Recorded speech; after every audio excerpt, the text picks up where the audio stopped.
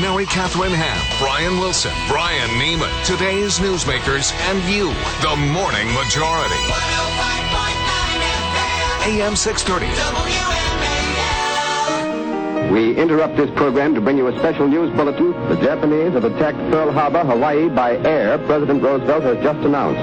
That's John Daly of CBS News on December 7th, 70 years ago. The next day, the President of the United States, FDR, spoke to Congress and the nation. A date which will live in infamy.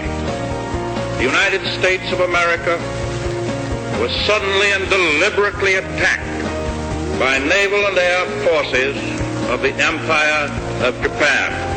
There is a brand new book out right now about those days in December of 1941. In fact, it's called December 1941, 31 Days That Changed America and Saved the World. It is written by a guy named Craig Shirley, who has been a long-running public relations guru here in this town for many, many years, and in recent years has started to write some really interesting historical accounts of things that have happened in our country. Craig, good to have you on the show this morning. Good morning, Brian. How are you? I'm doing very well. A very highly acclaimed book. You're getting good reviews for this. You took sort of a different approach to it because you looked not only at what happened in Pearl Harbor and the events leading up to and after, but also what was going on in America at that time. Yeah, the war had very profound effects on America and in all aspects of the culture. Very quickly after December 7th, the war is not part of the culture. The war is the culture, and everything is viewed through the war effort.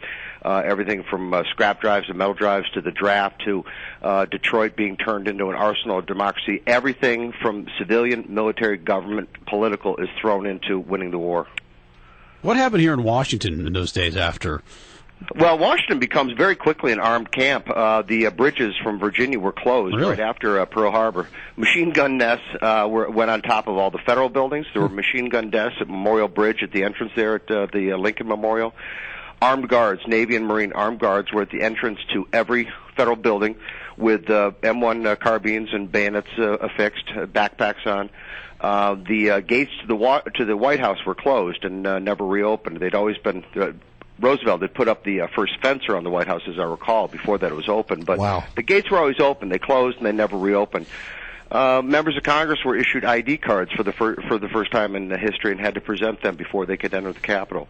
And, of course, the government had the power to requisition any private building they deemed necessary for the war effort. Really? So, yeah, radical changes here. I remember reading something about the Lincoln Memorial to this day has a scar from those times. Apparently, one of the defense gun batteries in town fired at a plane they thought was a Japanese plane, and they actually hit the Lincoln Memorial. There's still a big scar on one side. Well, that's interesting you mentioned it. In the days after the war, there were rumors sweeping the country that cities were about to be bombed, including Washington. But San Francisco, Los Angeles, Boston, New York, Washington were all rumored to be victims of imminent bombing. Hey, Craig, it's Tori. So I was fascinated in this. You talk about how the president and others didn't really reveal all the details of Pearl Harbor for weeks. Tori, did you tell the fellows about our long history? I don't want to date myself, Craig. Well, you were just a little kid. I was 2 when you first hired me. Yeah, in 1982, I was already long in the tooth then. I was working for the Republican National Committee, and I was asked to go out to help on a campaign out in Kansas. Right. And Morris Kay was running for the U.S. Congress. And there was this very bright, blue-eyed young girl working as the press secretary 2-year-old out there. Yeah, right, exactly. I think you had braces at the time. Exactly. But she was terrific then. She did a great job, and a very difficult year. 82 was not a good year for Republicans. No, it was not. Yeah. Anyway, so back to the president and others not telling people what happened at Pearl Harbor. You certainly could never do that today. No, and that's astonishing. A news blackout was clamped on Hawaii almost immediately after the attack, and for weeks the American people didn't know the extent of the damage to our military capability or the numbers of men that were wounded or killed. That's amazing. Yeah. Well, we know how the civil libertarians reacted after 9/11 and all the debates we got into. Non-existent back then? Non-existent. The president very quickly is given by an act of Congress the power. They created essentially a bureau of censorship, and under that bureau, he had the right to close down any commercial radio station in America if they were broadcasting information that was deemed bad for the war effort, misinformation, disinformation, anything that would either undermine the American effort or help the enemy. And the radio stations were also, one of the guidelines was, or one of the orders was, you couldn't use the war for commercial purposes. So you couldn't say, "End the war brought to you by Campbell's Soup," or something like that. Right. Well, that's amazing. There wasn't any pushback at all from anyone on that? No, and the proof was, well, the only real pushback came from Francis Biddle, who was the Attorney General, because both the FBI and the Army didn't want to just round up every Japanese in America. They wanted to incarcerate or detain or inter every Japanese in America. But we know about the Japanese internment. It also happened to German Americans and Italian Americans. But Biddle went to Franklin Roosevelt and convinced him that it was unnecessary to do this to every Japanese American. All right, the question's always been, did Roosevelt know that this was coming before the attack? Did you learn anything about that?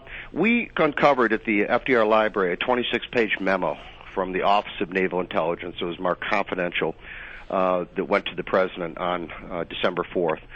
It was entirely about Japanese espionage efforts that were going on in the United States, including the Hawaiian Territory.